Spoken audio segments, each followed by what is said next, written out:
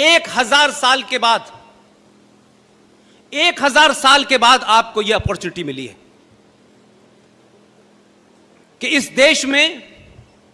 आप इसके गुलाम रहे, उसके गुलाम रहे और आजादी के बाद भी गुलाम रहे। 1000 साल के बाद आपको किसकी शक्ल में, किस पार्टी का है, यह मेरे लिए अभी भी महत्वपूर्ण नहीं है। पहली बार 1000 साल के इतिहास को पढ़िएगा जिसका जिक्र सिंह साहब करते हैं बार बार। पहली बार आपके राजा ने आप ही के देश में जायज और नाजायज तरीके से आजाद हिंदुस्तान में एक इस्लामिक मुस्लिम रिपब्लिक स्टेट जो बन चुकी थी उसको कुचल दिया है।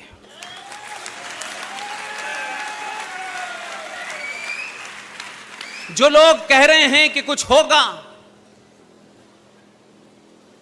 जो लोग चिंता में मग्न हैं, वो उनकी यह समझ में नहीं आ रहा कि शाम को मुंह पे कपड़ा बांध लेने वाला समाज, सुबह सुबह सूरज से डर के उससे नमस्ते करने वाला समाज, दोपहर में चींटियों को आटा खिलाने वाला समाज, ये यकायक इसको हुआ क्या है कि इसने इतना बड़ा फैसला ले कैसे लिया। हम तो 70 साल से नहीं 1000 साल से डरा रहे थे, ये डरा ही नहीं, इसने तो उल्टा हम ही डरा दिया है। तो जब आपका प्रधानमंत्री दुनिया में जाके ये कहता है कि ये नरेंद्र मोदी का इस्तकबाल नहीं है, ये नरेंद्र मोदी का स्वागत नहीं है, ये दुनिया भर में जो तमाम पुरस्कार मिल रहे हैं ये उसके नहीं हैं क्योंकि उसके पीछे 130 करोड़ लोगों की ताकत खड़ी है, वो प्रधानमंत्री हैं, ये कह सकते हैं, उनकी अपनी बाध्यताएं हैं, मेरी कोई बाध्यता नहीं है। मैं नहीं मानता कि 130 करोड़ लोग खड़े हैं, यह झूठ है। जो खड़े हुए हैं उनके बारे में सबको पता है वो कौन है, और जो नहीं खड़े हुए उनके बारे में भी सबको पता है, लेकिन वो प्रधानमंत्री हैं, कह सकते हैं, मैं नहीं कहूंगा ये बात।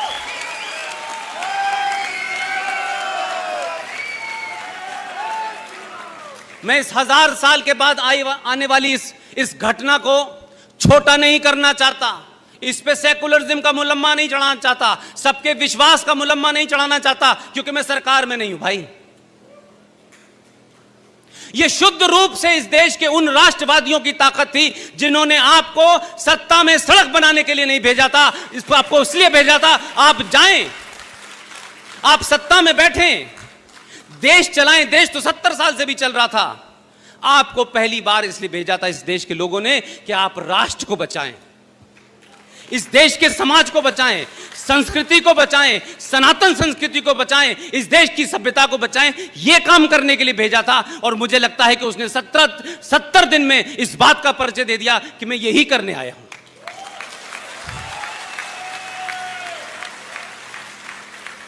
तो आप लोकसभा के अंदर की जो बहस होती है,